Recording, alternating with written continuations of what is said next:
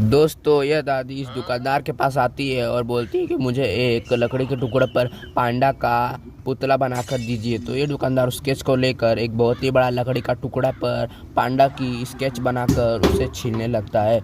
छीलने के बाद उस पर कलर करके और उसे बहुत शेप में छीलने लगता है। छीलने के बाद ये उस पर डिटेलिंग से आर्ट वर्क करने लगता है।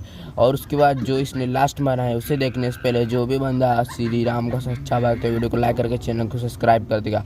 फिर दोस्तों इसने लास्ट में बहुत ही गजब तरीके से पेंट करके बहुत गजब से पांडा का पुतला बनाकर उसे रंग